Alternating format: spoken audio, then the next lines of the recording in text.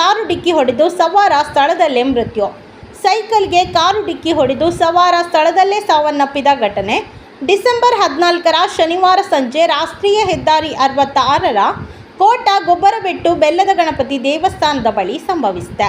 ಮೃತಪಟ್ಟ ಸೈಕಲ್ ಸವಾರ ಬ್ಯಾಂಕ್ ರಾಮಣ್ಣ ಅವರ ಪುತ್ರ, ಪ್ರಸ್ತುತ ಸಾಲಿಗ್ರಾಮ ಬಡಹೋಲಿಯಲ್ಲಿ ನೆಲೆಸಿದ್ದ ಕೋಟ ನಿವಾಸಿ ಸುರೇಶ್ ಮರಕಾಲ ಎಂದು ಗುರುತಿಸಲಾಗಿದೆ.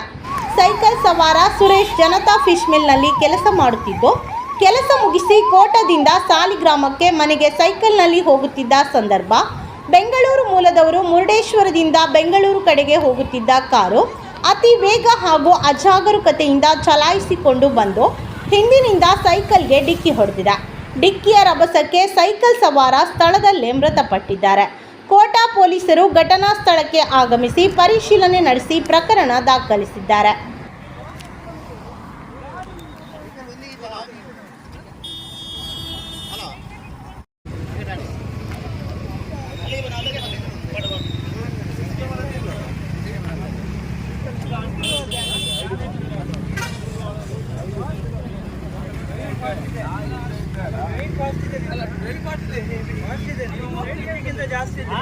ಡ್ರೈವಿಂಗ್ ಫಾಸ್ಟ್ ಇದೆ. ಕಾರ್ ಡ್ರೈವಿಂಗ್ ಫಾಸ್ಟ್ ಇದೆ.